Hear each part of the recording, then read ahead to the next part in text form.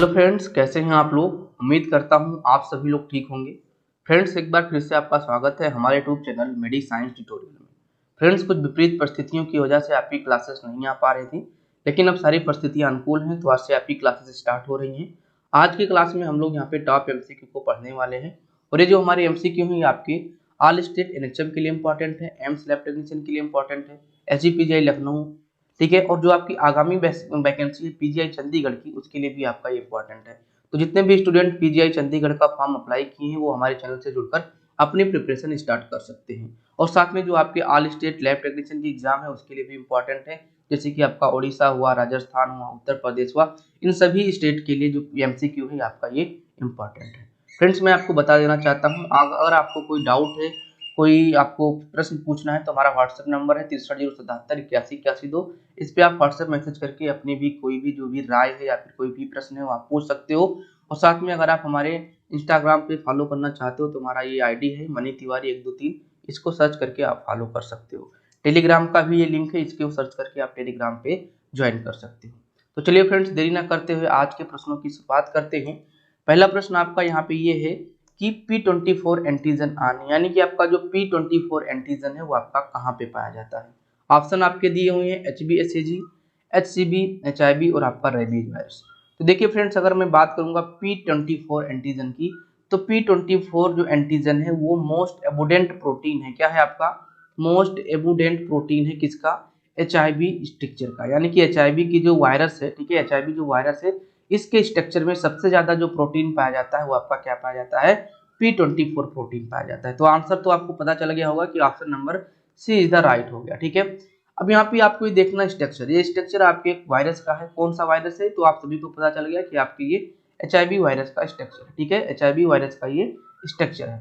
ठीक है, यहाँ पे आप देख पा रहे होंगे स्ट्रक्चर में कि आपका जो P24 है कहाँ कवर करता है। देखो, ये जो P24 है यहाँ पे आप देख पा रहे होंगे कुछ इस तरह से यहाँ पे कवर करता है, यानी कि जो ब्लू वाली लाइन है ये वाली, ठीक है, अभी आपकी रेड हो गई है, ये इसको कवर करता है। और ये स्ट्रक्चर क्या है, ठीक है, तो ये स्ट्रक्चर आपका कैप्सिड है। क्या है, आपका कैप्सिड है। तो यहाँ पे आपको ये पता चल गया होगा कि जो हमारा P24 एंटीजन है ये कहाँ पे होता है। ठीक है, ये P24 एंटीजन एक प्रकार का, सबसे पहली बात ये प्रोटीन है, आपको पता चल गया होगा। ठीक है, और प्रोटीन के बाद ये सबसे ज्यादा जो पाया जाता है आपके कैप्सिड पे पाया जाता है, यानी कि जो HIV स्ट्रक्चर में कैप्सिड है या कह सकते हो कोर है, उसका निर्माण किसके द्वारा होता है, आपके P24 एंटीजन के द्वारा होता है। ठीक है, P24 एंटीजन, इसका नाम क्यों पड़ा, इस प्रोटीन का नाम एंटीजन क्यों पड़ा, क्योंकि बच्चे क्या होता है कि जब कोई भी HIV पेशेंट होते हैं, या फिर कह सकते हो कि कोई भी HIV पेशेंट था, उसके संक्रमण में हम आ गए, ठीक है, यानी कि उसके पास हम गए और किसी तरह से भी हमको ऐसा लग रहा है कि हमें HIV हो सकता है, तो सबसे पहले जो टेस्ट होती है, यानी कि जो विंडो पीरियड में टेस्ट होती है, वो आपकी क्या होती है, P24 वाली टेस्ट होती है, क्योंकि इसके अगेंस्ट कोई एंटीबॉडी बनी नहीं होती है, और जब इसके अगेंस्ट कोई एंटीबॉडी नहीं बनी होगी तो हम विंडो पीरियड में इसको डिटेक्ट कर पाते हैं, यानी कि जो हमारा कैप्सिड है, ठीक है, कैप्सिड प्रोटीन है, इस कैप्सिड प्रोटीन को हम क्या कर पाते हैं, डिटेक्ट कर पाते हैं। तो यहाँ पे एक भी प्रश्न पूछा जाता है कि अगर आपको HIV का विंडो पीरियड में टेस्ट कराना है तो कौन टेस्ट करा सकते हो, तो आप P24 टेस्ट करा सकते हो। और इस तरह से भी प्रश्न आ सकता है कि P24 क्या है, तो आपका एक कह सकते हो कि HIV में पाया जाता है, या फिर P24 एंटीजन जो है वो HIV के किस स्ट्रक्चर का निर्माण करता है, तो कह सकते हो कि ये कैप्सिड या कोर का निर्माण करता है, क्योंकि मोस्ट एबुडेंट प्रोटीन है आपके HIV में। ठीक है, यानी कि HIV में सबसे ज्यादा भाग बनाता है आपका P24 प्रोटीन, और ये आपके कैप्सिड पे पाया जाता है, यानी कि कैप्सिड का निर्माण करता है। ठीक है, तो पहले प्रश्न का आंसर आपको पता चल गया होगा, इसका राइट आंसर क्या होगा, HIV होगा। ठीक है, चलिए फ्रेंड्स, आते हैं अपने अगले प्रश्न पे। अगला प्रश्न कुछ आपका इस प्रकार से है। ठीक है, प्रश्न ये कह रहा है कि which method is used for cultivation of virus. ठीक है, बहुत ही सिंपल सा प्रश्न है, कई बार आपने इसको देखा होगा। ये कह रहा है कि which method is used for cultivation of virus, यानी कि इनमें से कौन सा मेथड यूज किया जाता है वायरस के कल्टीवेशन के लिए। ठीक है, यानी कि वायरस को अगर ग्रोथ कराना है, ठीक है, तो आप यहाँ पे कौन सा मेथड यूज करोगे। ठीक है, इनक्यूबेशन इन एम्ब्रियोनेटेड एग, या फिर आप एनिमल इनोकुलेशन करोगे, या फिर आप टिश्यू कल्चर करोगे, या फिर आपका ऑल ऑप्शन। तो देखो यहाँ पे आप देख पा रहे होंगे कि इसका जो राइट आंसर बनेगा आपका ऑप्शन नंबर डी बनेगा। क्यों बनेगा, हमने आपको बताया है कि जो आपके फ्रेंड्स वायरस होते हैं वो क्या होते हैं, ठीक है, लिविंग और नॉन लिविंग के बीच की कड़ी होती है, लिविंग और नॉन लिविंग के बीच में क्या होते हैं, कड़ी होते हैं। ठीक, पहली बात ये है। ये भी हमने बताया है आपको कि जो आपका वायरस है ये नॉन लिविंग में ग्रोथ नहीं कर पाता, यानी कि आप इसको एक डिब्बे में बंद कर दो, वायरस को इकट्ठा करके डिब्बे में बंद कर दो तो अपना ये रिप्रोडक्शन नहीं करेगा, यानी कि अपनी संख्या नहीं बढ़ाएगा, ठीक है। लेकिन इसी वायरस को जब भी आप किसी भी लिविंग थिंग्स में इंट्रोड्यूस कर दोगे, ठीक है, लिविंग थिंग में इंट्रोड्यूस कर दोगे तो ये क्या करेगा, ये आपका जो शरीर मतलब कि लिविंग थिंग का शरीर है उसके जेनेटिक मटेरियल के साथ कॉम्बिनेशन करके अपना एज स्ट्रक्चर बढ़ाने लगता है, ठीक है। तो सबसे पहली बात आपको ये समझ में आ रहा होगा कि वायरस को अगर हमको ग्रोथ कराना है तो केवल लिविंग थिंग्स में ग्रोथ कराना है, ना कि नॉन लिविंग में, ठीक है। यहाँ पे अगर बैक्टीरिया की बात करें, बैक्टीरिया नॉन लिविंग में भी आपका ग्रोथ करेगा और लिविंग में तो करेगा ही करेगा, ठीक है। बैक्टीरिया आपका नॉन लिविंग में करेगा और लिविंग में तो करेगा ही, क्योंकि इसके पास खुद का जेनेटिक मटेरियल है और ये खुद से ये क्या कर सकता है, अपना रिप्रोडक्शन कर सकता है। लेकिन वायरस जो है इसके पास खुद का कोई भी ऐसा मटेरियल नहीं है जिससे ये क्या कर पाए, ग्रोथ कर पाए। इसीलिए क्या होता है, जब इसको हम लिविंग में ले जाते हैं तो अपना ग्रोथ करता है और जैसे ही नॉन लिविंग में करते हैं ये एकदम से डेड हो जाता है, ठीक है। तो राइट आंसर यहाँ पे ऑल ऑप्शन इसलिए बनेगा क्योंकि अगर आप एम्ब्रियोनेटेड एग में इसका ग्रोथ कराओगे तो भी ये लिविंग है, ओके। अगर आप ठीक है एनिमल में इसका इनक्यूबेशन कराओगे तो आपका, ठीक है, ये भी आपका लिविंग है, ठीक है। टिश्यू कल्चर करोगे तब भी आपका ये लिविंग है। तो कुल मिला के वायरस जो है वो लिविंग में ही अपना ग्रोथ कर पाएगा, इसीलिए जो वायरस है उसका कल्टीवेशन कहाँ पे होगा, ऑल ऑप्शन में होगा, यानी कि इन तीनों में होगा, ठीक है फ्रेंड्स। तो इसका आंसर आपको पता चल गया होगा कि जो हमारे वायरस होते हैं उनका जो कल्टीवेशन है, उनका जो ग्रोथ है हमेशा लिविंग में होता है, इसलिए उनका कल्टीवेशन हम लिविंग थिंग्स में ही करते हैं, ठीक है। तो इसको एक शब्द में और भी कह सकते हैं, ध्यान देना, एक शब्द होता है आपका विट्रो, ठीक है, और एक होता है आपका वाइवो, ठीक है। तो जो आपका वायरस है वो आपका कहाँ पे ग्रोथ करता है, विवो फॉर्म में ग्रोथ करता है, ठीक है। वाइवो का ही मतलब होता है लिविंग थिंग, ठीक है, वाइवो का मतलब क्या होता है, लिविंग थिंग, ठीक, ध्यान रखना। और विट्रो का मतलब होता है जब भी हम बाहर ग्रोथ कराते हैं, यानी कि नॉन लिविंग के बाहर ग्रोथ कराते हैं, कोई कल्चर प्लेट ले लिए उसमें सारे न्यूट्रिएंट वगैरह डाल दिए तो वो क्या कहलाता है, आपका विट्रो कहलाता है, ठीक है। तो 3-4 शब्द आपके हैं, इन सबको आपको पकड़ना होगा, अपने दिमाग में बैठाना होगा, तब जाके आप अच्छे से इसका आंसर कर पाएंगे, ठीक है फ्रेंड्स। चलिए आते हैं अपने अगले प्रश्न पे। अगला प्रश्न कुछ इस प्रकार से है, ठीक है। 3 नंबर का प्रश्न है, कह रहा है कि spinner dots found in which Plasmodium infection, यानी कि प्लाज्मोडियम का कौन सा इन्फेक्शन है जिसमें आपके स्पिनर डॉट देखने को मिलते हैं। तो सभी को पता होगा प्लाज्मोडियम का जो आपका इन्फेक्शन है, इसमें जो ऑप्शन दिए हुए हैं ये सब मलेरिया काज करता है। क्या काज करता है, आपका मलेरिया काज करता है, इसको आपको ध्यान में रखना है। Plasmodium vivax, Plasmodium falciparum, Plasmodium ovale, Plasmodium malariae, ये सब क्या काज कर रहे हैं, मलेरिया काज कर रहे हैं, अलग अलग रीजन में मलेरिया काज कर रहे हैं और अलग अलग इफेक्ट देते हैं, ठीक है। हमने आपको बताया है, ठीक है, बहुत सारी बातें मलेरिया के बारे में प्रीवियस लेक्चर हमारे लगे हुए हैं, जाके आप देख सकते हो। अब बात आती है कि जो हमारा स्ट्रक्चर होता है, स्ट्रक्चर ना कह के जब आप स्लाइड बनाते हो तो स्लाइड में आप जब देखते हो तो वहाँ पे कई सारे डॉट्स देखने को मिलते हैं अलग अलग स्टेजेस में। ये भी ध्यान रखना कि प्लाज्मोडियम के अलग अलग स्पेसीज में अलग अलग स्टेजेस में अलग अलग प्रकार के आपको डॉट्स देखने को मिलते हैं और उसके हिसाब से आप पता लगाते हो कि कौन सा इन्फेक्शन हुआ है। तो अगर मैं बात करूंगा स्पिनर डॉट्स की, तो स्पिनर डॉट्स आपका किसमें पाया जाता है, ठीक है, प्लाज्मोडियम बाइवेक्स में या फैल्सीफेरम में। तो इसका जो राइट आंसर फ्रेंड्स जाएगा वो आपका क्या जाएगा, प्लाज्मोडियम बाइवेक्स, ठीक है। चलिए मैं यहाँ पे एक फिगर दिखाता हूँ, उसके माध्यम से आपको समझाने की कोशिश करता हूँ कि आपको किस किस स्टेजेस में कौन कौन से डॉट्स देखने को मिलते हैं, ठीक है। देखिए कलर सेट कर लो बच्चा। चलो देखो ये आपके लिखे हुए हैं Plasmodium vivax, Plasmodium malariae, Plasmodium ovale और नोलेजी। तो नोलेजी को आप हटा दो क्योंकि हमें इस पे ज्यादा ध्यान नहीं देना है, ठीक है। अब यहाँ पे अगर आप देख पा रहे होंगे, ठीक है, ये लाइफ साइकिल आपकी बनी है, ये इलेक्ट्रोसिटिक साइकिल ड्यूरेशन है, यानी कि 48 घंटे की बात कर रहा है, 72 घंटे की, ठीक है, 48 घंटे की, फिर आपका 24 घंटे की।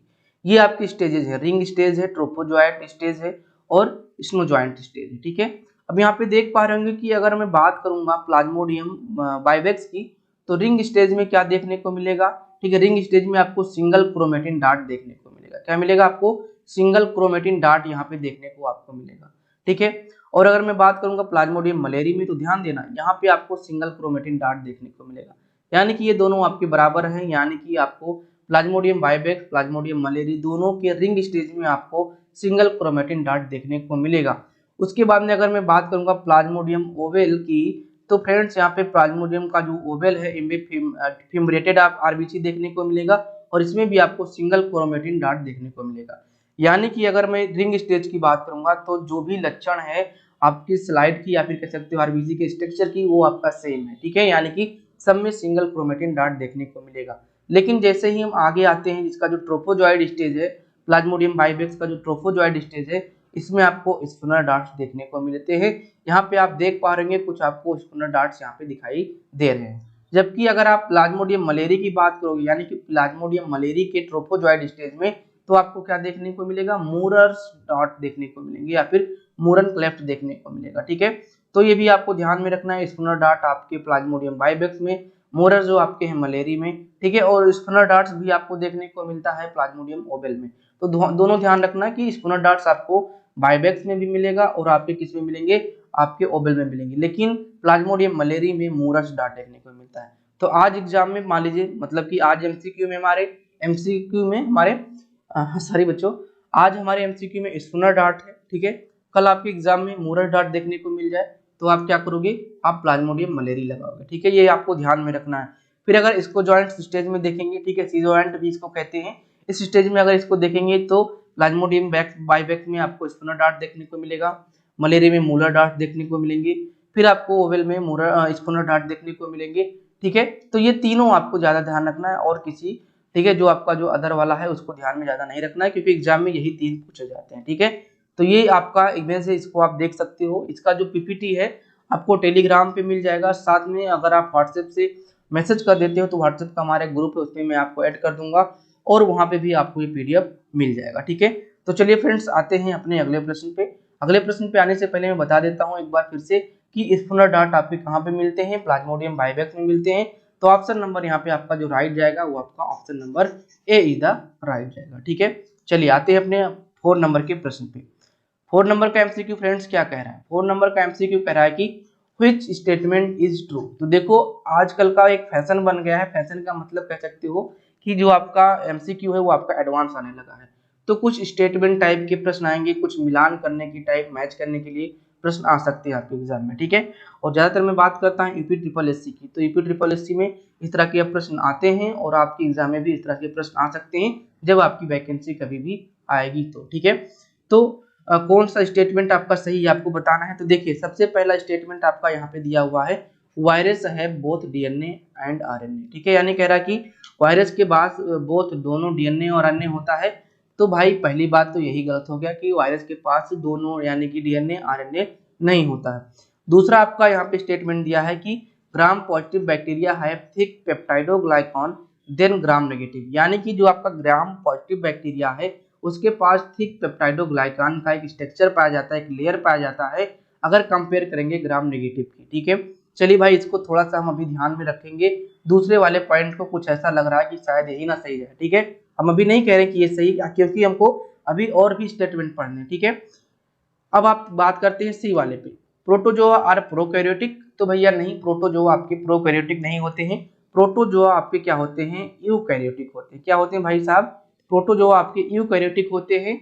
और साथ में यहाँ पे ध्यान रखना, प्रोटोजोआ यूकैरियोटिक के साथ साथ आपके यूनिसेलुलर होते हैं बच्चा, ठीक है। क्या होते हैं आपके, यूनिसेलुलर होते हैं, यानी कि ये क्या होते हैं, एक कोशिकीय होते हैं, ठीक है, एक कोशिकीय होते हैं, ये भी आपको ध्यान में रखना, ठीक है।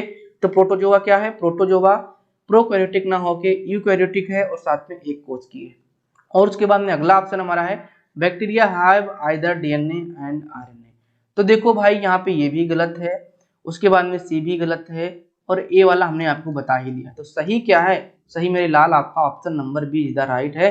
क्यों, क्योंकि ग्राम पॉजिटिव जो बैक्टीरिया है उसका जो कह सकते हो कि लेयर है वो आपका क्या होता है, वो आपका पेप्टाइडोग्लाइकान का, थिक पेप्टाइडोग्लाइकान का बना होता है as compare to gram negative, ठीक है। तो ऑप्शन नंबर क्या सही जाएगा, आपका option number B is the right answer जाएगा, ठीक है। ध्यान रखना जब भी आप स्टेटमेंट वाले एमसीक्यू को सॉल्व करो तो सबसे पहले आप चारों स्टेटमेंट को पढ़ लो, उसके बाद में आंसर देना। नहीं तो अगर आपको लगा कि हाँ बी वाला सही है और बी को लगा कि 2 स्टेटमेंट आप नहीं पढ़े तो आप फिर वहां पे चूक हो जाएगी आपसे, ठीक है।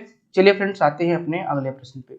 अगला प्रश्न यहाँ पे हमारा 5 नंबर का है और 5 नंबर का एमसीक्यू कह रहा है कि which of the following is not a fluorescent dye, यानी कि इनमें से कौन सा फ्लोरोसेंट डाई नहीं है, ठीक है। तो ऑप्शन आपका क्या है, यूरामाइन से, ठीक है, कैल्को फ्लोर है और आपका रेडोमाइन से, फिर आपका मेथिलीन ब्लू है। तो देखो भाई अगर बात करेंगे यूरामाइंस की, कैल्कोफ्लोर्स, रेडोमाइंस, ये सभी आपके फ्लोरोसेंट डाई हैं, ठीक है। लेकिन अगर बात करेंगे मेथिलीन ब्लू की तो आपका ये फ्लोरोसेंट डाई नहीं है, तो इसीलिए आपका जो ऑप्शन सही जाएगा वो ऑप्शन ही आपका डी इज द राइट जाएगा, ठीक है। क्योंकि यहाँ पे नॉट पूछा है, ध्यान रखना, प्रश्नों को हमेशा अच्छे से पढ़ो। मतलब मेथिलीन ब्लू नहीं है आपका फ्लोरोसेंट डाई, इसीलिए आपका option number D is the right है, ठीक है। चलिए फ्रेंड्स, अगले प्रश्न की शुरुआत करते हैं। अगला प्रश्न आपका कुछ इस प्रकार से है, cancer of bone as called, sorry, cancer of bone called as, यानी कि आपका जो बोन का कैंसर है उसको क्या कहते हैं, ठीक है। प्रश्न अच्छे से समझना, cancer of bone called as, यानी कि जो आपका बोन का कैंसर है उसको आप क्या कहेंगे, यही आपका प्रश्न पूछा है। ऑप्शन आपके लिखे हैं कार्सिनोमा, सार्कोमा, ल्यूकेमिया और आपका लिम्फोमा, ठीक है। तो एक एक को करके समझ लेते हैं कि आपका कार्सिनोमा क्या है, सार्कोमा क्या है, ल्यूकेमिया क्या है, लिम्फोमा क्या है, उसके बाद में हमको यहाँ पे समझ में आ जाएगा, ठीक है। तो अगर बच्चे यहाँ पे बात करेंगे कार्सिनोमा की, ठीक है, कार्सिनोमा की बात करेंगे तो कैंसर, ठीक है, कैंसर फॉर्म इन इपिथेलियल, ठीक है, टिश्यू, इपिथेलियल टिश्यू, ठीक है। तो कैंसर आपका जब इपिथेलियल टिश्यू का होगा तो उसको क्या कहेंगे, आपके कार्सिनोमा कहेंगे। सार्कोमा का क्या होता है, कह सकते हो कैंसर ऑफ बोन, ठीक है, cancer of bone and soft tissue, ठीक है बच्चे ध्यान रखना, cancer of bone and soft tissue, ठीक है, दोनों ध्यान रखना, cancer of bone and soft tissue, okay. Leukaemia की अगर बात करेंगे तो इसको दो तरीके से देखते हैं, कैंसर ऑफ ब्लड भी कहते हैं, कैंसर ऑफ ब्लड भी कहते हैं इसको बच्चे, और क्या कहते हैं, WBC का कैंसर, ठीक है, यानी कि व्हाइट ब्लड सेल का कैंसर, ठीक है, तो WBC का कैंसर इसको भी कह सकते हो। लिम्फोमा क्या होता है बच्चे, ठीक है, तो लिम्फेटिक कैंसर जो होते हैं उसको क्या कहते हैं, हम लिम्फोमा कहते हैं, ठीक है, क्या कहते हैं, लिम्फोमा कहते हैं। तो लिम्फेटिक कैंसर, ठीक है, लिम्फेटिक कैंसर, आज थोड़ी राइटिंग सही नहीं होगी क्योंकि अब 2 दिन 3 दिन लगेंगे प्रैक्टिस में, ठीक है, तो ध्यान रखना, लिम्फेटिक कैंसर। अब प्रश्न क्या पूछा था कि बोन का कैंसर क्या कहते हैं, बोन के कैंसर को हम क्या कहते हैं, ओके। तो बोन के कैंसर को आपने देखा होगा कि कैंसर ऑफ बोन ये क्या कहलाएगा, आपका सार्कोमा, ठीक है, क्या कहलाएगा, आपका सार्कोमा कहलाएगा, ओके। तो ऑप्शन नंबर क्या जाएगा सही, आपका बी द राइट आंसर जाएगा, क्योंकि सॉफ्ट टिश्यू की कैंसर और बोन के कैंसर को हम क्या कहते हैं, सार्कोमा कहते हैं। उसके बाद में और भी देख लेते हैं यहाँ पे, और हम यहाँ पे देख पा रहे हैं तो यहाँ पे जो कार्सिनोमा है, ठीक है, क्या है आपका कार्सिनोमा है, कार्सिनोमा का मतलब हो जाता है जब इपिथेलियल टिश्यू का कैंसर होता है, क्या होता है भाई, इपिथेलियल टिश्यू का कैंसर होता है तो उसको हम क्या कहते हैं, कार्सिनोमा कहते हैं, ठीक है, ध्यान रखना, कार्सिनोमा कहते हैं। ल्यूकेमिया का मतलब हो गया कैंसर ऑफ ब्लड भी कहते हैं और कैंसर ऑफ WBC, ठीक है, यानी कि व्हाइट ब्लड सेल का कैंसर भी आपका ल्यूकेमिया कहलाएगा, और कभी कभी डायरेक्ट बोल देते हैं कि ब्लड का कैंसर, तो भी आपका ल्यूकेमिया है। और लिम्फोमा का मतलब क्या हो जाता है, लिम्फेटिक कैंसर। तो इन सभी टर्म को आपको अपने दिमाग में बैठा लेना होगा। PPT हमने बताया कि आपको मिल जाएगा टेलीग्राम पे, व्हाट्सएप पे मैसेज करोगे तो वहाँ पे भी मिल जाएगा, और साथ में अगर हमारे इंस्टाग्राम से जुड़ना चाहते हो तो मनी तिवारी 1 2 3 सर्च करना, मैं वहाँ पे मिल जाऊंगा और आप वहाँ पे हमसे बातें भी कर सकते हो। चलिए फ्रेंड्स, आते हैं अपने अगले प्रश्न पे। अगला प्रश्न का हमारा है 7 नंबर का, और 7 नंबर का प्रश्न कह रहा है कि what is correct order of bacteria growth. Important प्रश्न एक तरह से, क्या कह रहा है कि इसमें से कौन सा जो ऑर्डर है वो बैक्टीरिया ग्रोथ का एक सही ऑर्डर है, बट बेहतरीन ऑर्डर है, ठीक है। तो ऑप्शंस आपके हैं log lag sanitary decline, lag sanitary log decline, lag log sanitary decline, log lag decline sanitary. तो देखो, सबसे पहले मैं बात करूंगा बैक्टीरियल ग्रोथ के ऊपर, ठीक है। फ्रेंड्स, आप जब भी बैक्टीरिया को ग्रोथ कराते हो, यानी कि कल्चर मीडिया में जब भी आप क्या कराते हो, ग्रोथ इनका कराते हो, ठीक है, तो क्या होता है, बैक्टीरिया जब ग्रोथ करता है वो 4 स्टेजेस को लेकर चलता है, लेग, लॉग, सैनिटरी और डिक्लाइन। यानी कि यहाँ पे आप इस तरह की समझना है कि हमारा जो कल्चर प्लेट है, मान लीजिए कि आपकी बैक्टीरिया यहाँ पे कहीं ग्रोथ कर रहे थे, चाहे वो आपके किसी शरीर में है या कहीं भी है, ठीक है, यहाँ से मैं बैक्टीरिया को उठाया और ले जाके कल्चर मीडिया पे इसको रखा, किसके लिए, ग्रोथ कराने के लिए। तो देखो, जब भी बैक्टीरिया अपना स्थान बदलते हैं, या कोई भी व्यक्ति, चाहे बैक्टीरिया हो चाहे मैं हूँ, मान लीजिए मैं यहाँ पे रह रहा हूँ अपने घर पे बलरामपुर में, उसके बाद में मैं विदेश चला गया, अमेरिका चला गया, तो मैं अमेरिका अगर जाऊंगा तो सबसे पहले मैं क्या करूंगा, जाके मुझे पढ़ना है, मान लीजिए अमेरिका जाके, तो सबसे पहले पहुंच के पढ़ने तो लगूंगा नहीं, सबसे पहले मैं क्या देखूंगा कि मैं नए प्लेस पे आ गया हूँ, वहाँ के माहौल को मैं देखूंगा भाई कि हाँ हमारा भाई किचन क्या है, कैसे है, कैसे क्या सेट करना है, ये पहले देखूंगा। तो ऐसे बैक्टीरिया भी आपके क्या करते हैं कि जब उनको एक नए प्लेस पे ले जाते हैं उनको ग्रोथ करने के लिए, तो सबसे पहले अपने को वहाँ पे ढालते हैं, ठीक है। तो जब वो ढालते हैं तो उसको हम कहते हैं लेग फेज, ठीक है, लेग फेज कहते हैं। यानी कि जब भी बैक्टीरिया आपका आएगा एक ऐसे कर्व डिसाइड होता है, अभी मैं आपको दिखाता हूँ यहाँ पे, चलिए सबसे पहले मैं कर्व ही दिखा देता हूँ, ठीक है। देखो यहाँ पे, ओके, देखो पहले इसका कलर का पेन का कलर चेंज कर लें। देखो भाई ये बैक्टीरिया ग्रोथ का कर्व है, इसी में आपके चारों स्टेजेस दिखाई देते हैं और इसी तरह से आपके बैक्टीरिया ग्रोथ भी करते हैं। देखो जब बैक्टीरिया को मैं नए प्लेस पे रखा तो वो सर्वाइव कर रहा है वहां पे, समझ रहा है कि एक्चुअली में है क्या। तो देखो ये जो आपकी लाइन है कुछ इस तरह से बन रही, ठीक है। फिर उसके बाद में इसको कहते हैं लेग फेज। उसके बाद में आपका आता है लॉग ग्रोथ, ठीक है। लॉग ग्रोथ का मतलब वो जो होता है कि आपने समझ लिया है कि एक्चुअली में हमारा घर क्या है, रहना कैसे है। अब क्या करोगे, आपको जो भी न्यूट्रिएंट्स वगैरह मिले हैं कल्चर मीडिया में उसको आप क्या करोगे, खाना शुरू करोगे, ठीक है। तो आपकी नंबर मतलब कम होगी, यानी कि जो बैक्टीरिया है उनका नंबर अभी कम होगा क्योंकि कम ही बैक्टीरिया के होंगे और उनके पास भोजन ज्यादा है। तो वो क्या करेंगे, अपने को जल्दी जल्दी से खा के क्या करेंगे, ग्रोथ करेंगे, ठीक है। तो ये आपका लॉग फेज है, ठीक। लॉग फेज में देख पा रहे होंगे कि बहुत तेजी से आपका ये बैक्टीरिया क्या कर रहे हैं, ग्रोथ कर पा रहे हैं, ठीक है।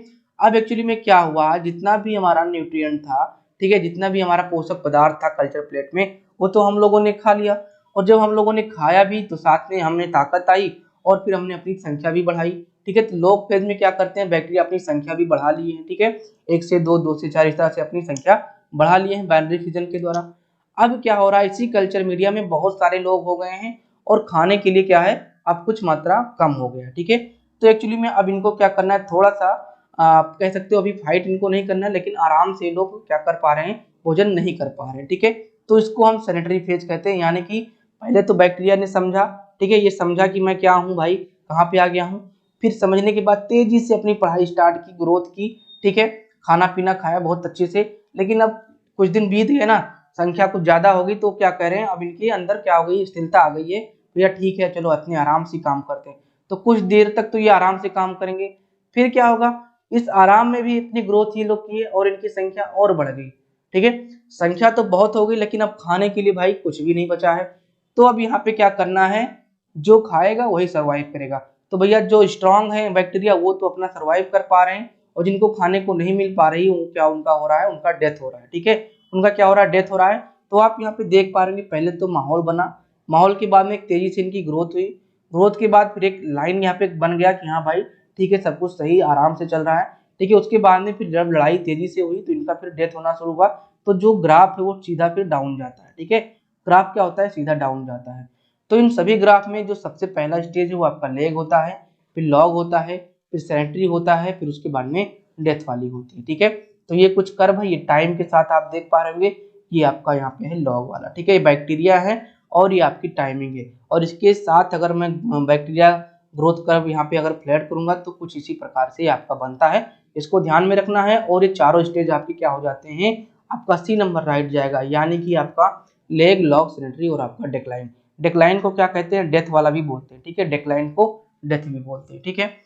इसका हमने सेपरेट थ्योरी लेक्चर बना दिया है, लिंक में डाल दूंगा और साथ में आप जाके सर्च भी कर सकते हो आपका बैक्टीरियल ग्रोथ कर्व के बारे में। बहुत ही बेहतरीन तरीके से हमने इसको समझाया है, आप नोट्स भी ड्रा कर सकते हो, मैंने नोट्स के माध्यम से पढ़ाया है, तो जाके वहाँ पे देख सकते हो, ठीक है। इंपॉर्टेंट प्रश्न, इसको ध्यान रखना।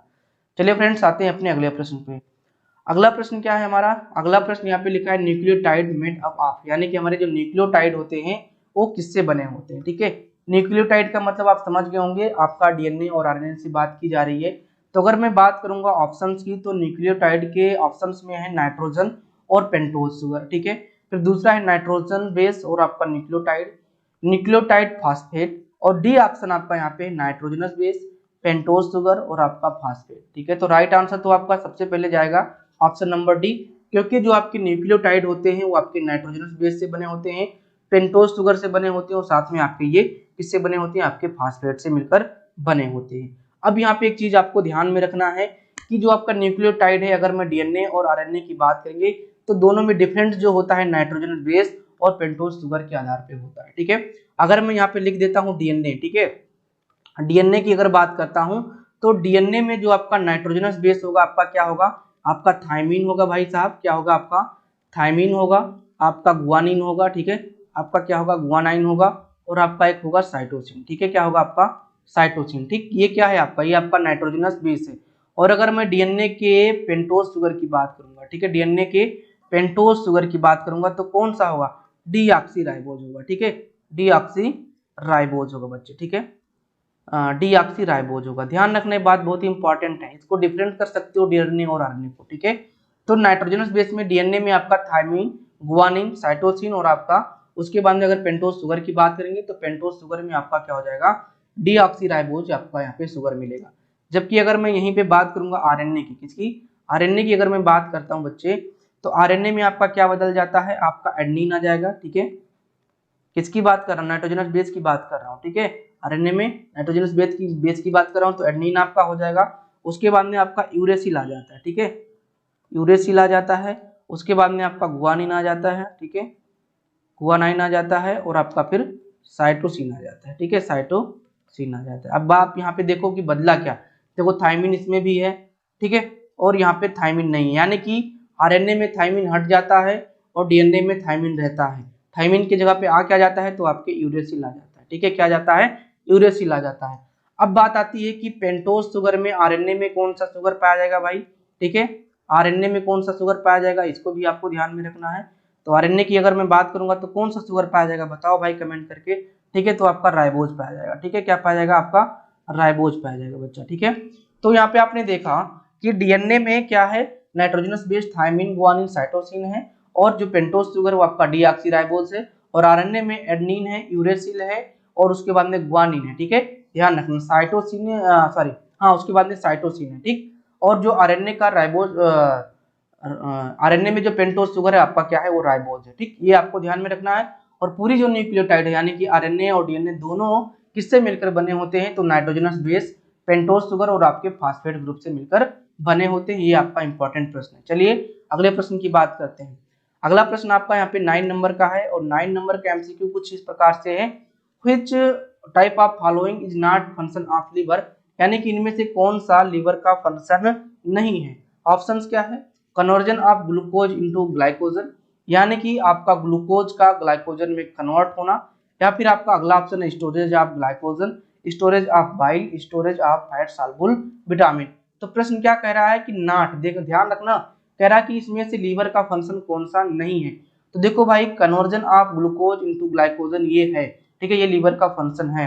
ठीक है, और स्टोरेज ऑफ ग्लाइकोजन, यानी कि ग्लूकोज का कन्वर्जन भी होगा ग्लाइकोजन में और ग्लाइकोजन का स्टोरेज भी होगा। लेकिन जो यहाँ पे लिखा है स्टोरेज ऑफ बाइल, ये आपका नहीं होगा। ऑप्शन नंबर यहाँ पे सी इज द राइट आंसर जाएगा। ठीक है, क्योंकि ये बाइल का स्टोरेज नहीं करता है। अभी मैं बताता हूँ आगे। ठीक है, storage of fat soluble vitamin, तो भैया ये आपके फैट सॉल्युबल विटामिन को भी रखता है। ठीक है, यानी कि लीवर आपका फैट सॉल्युबल विटामिन को यहाँ पे स्टोर करता है, ग्लाइकोजन को यहाँ पे कन्वर्ट, ग्लूकोज को ग्लाइकोजन में कन्वर्ट करता है, ग्लाइकोजन को स्टोर भी करता है, लेकिन आपके यहाँ पे स्टोरेज ऑफ बाइल को नहीं करता, यानी कि बाइल का स्टोरेज नहीं करता है। तो राइट ऑप्शन जो आपका जाएगा वो आपका क्या जाएगा, सी इज द राइट आंसर जाएगा।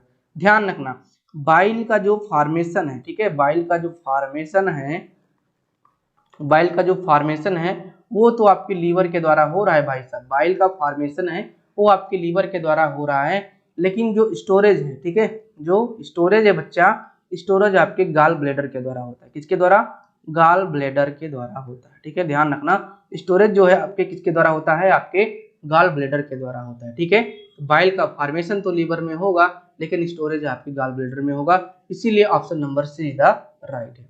चलिए फ्रेंड्स, आते हैं अपने अगले वाले प्रश्न पे। अगला प्रश्न कुछ इस प्रकार से है, which of the following is composed of smooth muscle, यानी कि इनमें से जितने भी ऑप्शन दिए गए हैं उनमें से जो भी ये स्मूथ मसल से कौन बना होता है। ठीक है, अपर इसोफेगस क्या स्मूथ मसल से बना होगा, नहीं भाई। हार्ट बना होगा, नहीं भाई। टंग आपके स्मूथ मसल से, नहीं भाई। ठीक है, बाइसेप मसल्स आपके, नहीं भाई। वाल ऑफ विसरल ऑर्गन, यानी कि जो विसरल ऑर्गन है उनके जो वाल होती है, उनकी जो दीवारें होती है वो आपके स्मूथ मसल से बनी होती हैं। तो option number E is the right answer, ध्यान रखना। ठीक है, अब यहाँ पे बात आती है कि सर हार्ट का जो वाल है वो तो विसरल ऑर्गन से बना होगा, तो राइट आंसर क्यों नहीं गया। तो केवल हार्ट ही नहीं है ना, उसके साथ में अगर मैं बात करूंगा हार्ट हुआ, लंग्स हुआ, ठीक है, नीचे अगर बात करूंगा लीवर हुआ, इंटेस्टाइन हुआ, ये सब आपके क्या है, विसरल ऑर्गन हैं। ठीक है, इनको आप विसरल ऑर्गन कह सकते हो। तो सभी को कवर करो ना, एक को नहीं करना है। तो वाल ऑफ विसरल ऑर्गन, यानी कि जितने भी विसरल ऑर्गन है उनके जो वायरल हैं, उनके जो वाल हैं वो आपके किससे बने होते हैं, स्मूथ मसल से बने होते हैं। तो ऑप्शन नंबर क्या सही जाएगा, आपका option number E is the right answer जाएगा। ठीक है, चलिए फ्रेंड्स, आते हैं अपने अगले प्रश्न पे।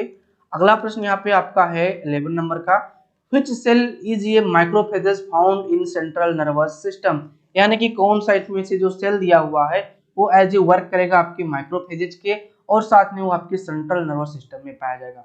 प्रश्न फिर से समझना, कह रहा है कि कौन सा सेल है जो माइक्रोफेजेज का काम कर रहा है और आपके ये सेंट्रल नर्वस सिस्टम में पाया जाता है। ठीक है, तो हमारे ऑप्शंस दिए हैं, कुफर सेल है, हिस्टोसाइट्स है, डस्ट सेल है, लैंगरहैंस सेल है और आपके माइक्रोग्लिया है। ठीक है, तो एक एक को समझ लेते हैं कौन कहाँ पाया जाता है, उसके बाद में इसका आंसर निकल के आ ही जाएगा। तो अगर मैं बात करूंगा बच्चे आपका कुफर सेल, तो कुफर सेल एज ए फैगोसाइड काम करता है। ठीक है, आपका कुफर सेल जो है एज ए फैगोसाइड काम करता है कहाँ पे, लीवर में। ठीक है, ध्यान रखना, तो ये आपके लीवर में पाया जाता है। ठीक है, हिस्टोसाइड आपका जो है वो आपका कहाँ पे जाएगा, तो आपकी ये कह सकते हो फैगोसाइड का काम करता है कनेक्टिव टिश्यू में। ठीक है, कनेक्टिव टिश्यू में कहाँ के काम करता है भाई, आपके कनेक्टिव टिश्यू में ही आपका काम करता है। ओके, डस्ट सेल आपके कहाँ पाए जा रहे हैं भाई, तो डस्ट सेल आपके लंग्स में पाए जाते हैं। ठीक है, लैंगरहैंस सेल कहाँ पाई जाती है, तो इसको आप ऐसे डायरेक्ट ही कर सकते हो कि आपका सुप्राबेसल एपिडर्मल लेयर होते हैं बच्चे क्या आपका। ठीक है, यहाँ पे एपिडर्मल ही लिख लो, नहीं तो कंफ्यूज हो जाओगे। एपिडर्मल लेयर, ठीक है, एपिडर्मल लेयर, और साथ में आप यहाँ पे ब्रैकेट में स्किन भी लिख लेना। ठीक है, तो आपका जो लैंगरहैंस सेल है वो आपके कहाँ पे पाए जाते हैं, आपके स्किन में, यहाँ पे कह सकते हो सुप्रा। ठीक है, सुप्राबेसल एपिडर्मल सेल के अंदर पाए जाते हैं। और जो आपका माइक्रोगेलिया होता है वो आपके कहाँ पे पाया जाता है, वो आपके ब्रेन में पाया जाता है, ब्रेन और आपका कहाँ पे, आपकी स्पाइनल कार्ड में। ठीक है, स्पाइनल कार्ड में। अब देखो भाई यहाँ पे ब्रेन और स्पाइनल कार्ड की बात की, यानी कि आपके सेंट्रल नर्वस सिस्टम यहाँ पे कवर हो गया, तो इसको डायरेक्ट आप सीएनएस भी कह सकते हो।